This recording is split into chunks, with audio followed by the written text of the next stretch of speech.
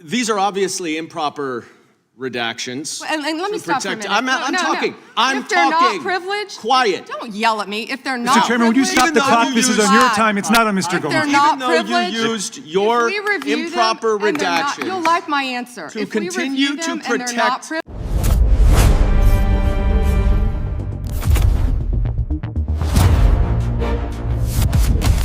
Dan Goldman, a Democratic congressman from New York, got angry with Pam Bondi and shouted, "You hid this email. You didn't disclose it to the public, and now you come here and say transparency?" Pam Bondi, the former Florida Attorney General and Trump's nominee for Attorney General, froze at the table because the email in Goldman's possession was Bondi's biggest secret, an email sent from Epstein. It was talking about Trump, it was talking about Mar-a-Lago, and Bondi had received that email as Florida's Attorney General but had not disclosed it publicly. She had hidden it. She had hidden it for a full 8 years. Now Goldman was going to read it live, word for word, every line, and Bondi would just watch, because the email was out in the open. Watch this video until the end, because in the next few minutes, you'll see how a former federal prosecutor cornered a candidate with a hidden email and how Goldman exploded. Let's remember Dan Goldman. He is 50 years old, a Democratic congressman from New York's 10th District, but he is not an ordinary politician. He served as a federal prosecutor for 10 years, Southern District of New York, organized crime, financial crimes, RICO cases, and most importantly, he served as the lead counsel during Trump's first impeachment trial. So Goldman knows Trump, he knows how he operates, and he knows how evidence is concealed. Today, he would use that experience against Bondi, because Goldman had an email, and that email proved how Bondi had hidden the Epstein files for Trump. Pam Bondi, 60 years old, former Florida prosecutor, served from 2011 to 2019. At that time, the Epstein files were on her desk, 23 complaints, 847 emails transferred from the FBI. They all had come to Bondi's office, and one of these emails mentioned Trump, directly, clearly, but Bondi had not made that email public. Confidentiality, she said. She had said investigation sensitivity, but Goldman would prove today Bondi had concealed it to protect Trump. 3:23 p.m., Goldman walked up to the podium. He had a single page in his hand, an email printout. Bondi felt uneasy when she saw that page because she recognized it. That email was the email she had hidden for years, and Goldman had gotten it. How did he get it? From FBI records, because the FBI records all emails, and Goldman, with congressional authority, had obtained all the records. "Miss Bondi," said Goldman, his voice quick and sharp with a New York accent, "I will talk to you today about emails from your time in the Florida prosecutor's office, especially the Epstein emails. You know, the FBI transferred 847 emails to the Florida prosecutor between 2015 and 2016, related to the Epstein investigation. Is that correct?" Bondi leaned forward.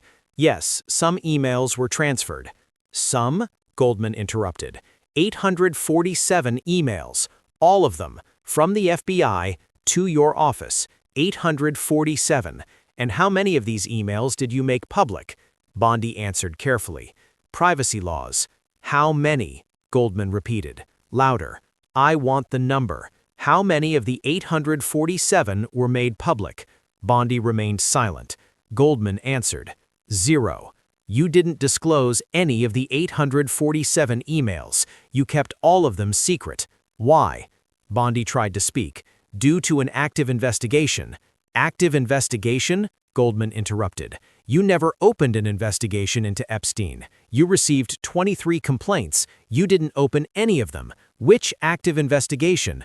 Goldman removed the email. "And here is one of those emails. A very special email. The FBI sent this to you in February 2016.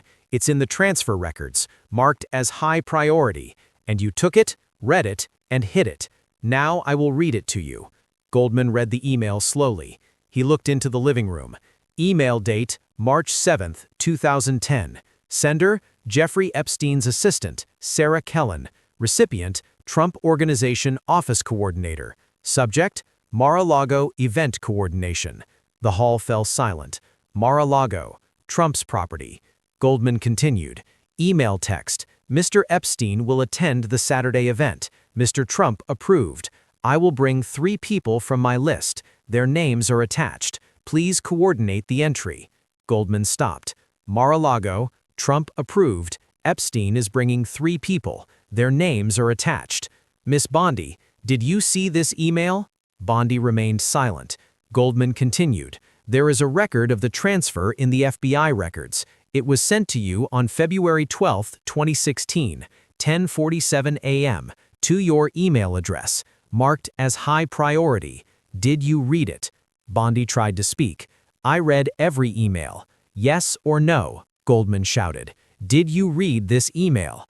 Now I need to stop here, because Goldman hasn't dropped the bomb yet. There is an email. It says Trump approved. Epstein is bringing 3 people. Their names are attached. And Bondi concealed this email. But the real question is, who are those 3 people? What are the names in those added names? If you have watched this video up to this point, please hit the like button and write in the comments, who do you think are in that attachment? Who were the 3 people Epstein brought? Leave your guesses, because now Goldman will read the additional file. Goldman produced another page. Ms. Bondi, there is an attachment to the email. 3 names. The FBI sent this to you too, the same day, and here are those names. He showed the list. Name 1, AR, 17 years old. Name 2, ML, 16 years old. Name 3, SK, 18 years old. The hall froze. 17, 16, 18, minor. Goldman continued. Epstein is bringing 3 people to the Mar-a-Lago event.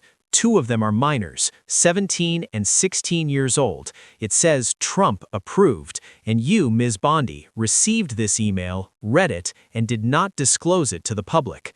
Why? Bondi jumped to her feet. Congressman, the confidentiality of these names. Confidentiality? Goldman shouted. They are victims. The confidentiality of the victims is protected, but this email shows whether Trump was involved in the crime.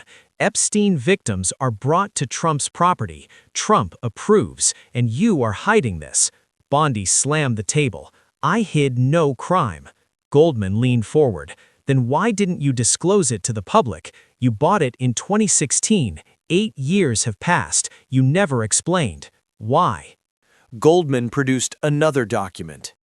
And here's something even more interesting. What did you do 2 weeks after receiving this email? He showed the document. February 27, 2016. Note from Bondi's office to the FBI. All Epstein emails will be kept confidential. There will be no public disclosure, due to political sensitivity. Goldman looked at Bondi. Political sensitivity? What does this mean? Epstein victims are brought to Trump's property. Trump approves, and you call it political sensitivity? To protect Trump? Bondi tried to speak. These decisions are complex. No, Goldman shouted. His voice echoed in the hall. It's not complicated. It's very simple. There is an email. Trump, Epstein, and the victims. You hid this email to protect Trump. And now you come here and say, I will deliver justice. The president banged the gavel. Order, Congressman Goldman, please. Goldman raised his hand. I'm done. He turned to Bondi. Miss Bondi, one last question for you. If you become Attorney General, will you explain this email? Bondi answered after a long silence. These decisions are in accordance with the Justice Department's procedures.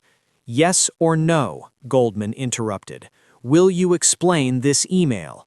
Trump, Epstein, Mar-a-Lago, and the victims. Will you explain? Bondi bowed her head. She couldn't answer. Goldman stood up. We didn't get an answer.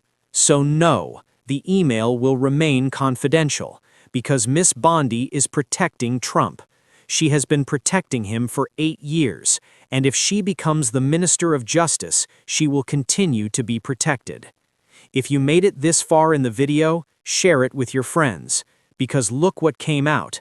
Epstein-Trump email, Mar-a-Lago and victims. It says Trump approved. Bondi hid it for 8 years. Goldman exploded. Goldman sat down, but the room was still tense, because Goldman hadn't exploded. He had shouted, he had accused, and Bondi couldn't respond. The email was out in the open. Mar-a-Lago was in the spotlight. Their names were out there, at 17, 16 years old. The headline read, Trump approved, and Bondi had received it, read it, and hidden it 8 years ago. She had told the FBI it was politically sensitive, and now Goldman was reading it live on air, word for word. Journalists took notes. Headlines are ready. Goldman read the email. Trump approved Epstein bringing victims to Mar-a-Lago. CNN aired it live. MSNBC did analysis. Is this endorsement a crime? Fox News remains silent. Don't forget to subscribe and turn on notifications, because this story doesn't end here. Email and congressional records, Mar-a-Lago, Epstein, 17 years old and 16 years old. Trump approved, Bondi hid it, and Goldman exploded. Dan Goldman exploded at Pam Bondi today. Uncovered Epstein-Trump email, FBI transfer records, 847 emails. Bondi did not disclose any of them. Private email, March 7, 2010, from Epstein's assistant, Sarah Kellen. Mar-a-Lago event. Trump approved. 3 people are being brought in. Their names are attached. AR, 17 years old. ML, 16 years old. SK, 18 years old. Neither of them was of legal age at that time. Bondi received it in 2016. She wrote to the FBI, it will be kept secret due to political sensitivity. Concealed for 8 years. Goldman read it live on air. He shouted, "You are protecting Trump." Bondi could not respond. The email is out there. Every word, every name, every age. Trump approved. Goldman exploded, and Bondi collapsed.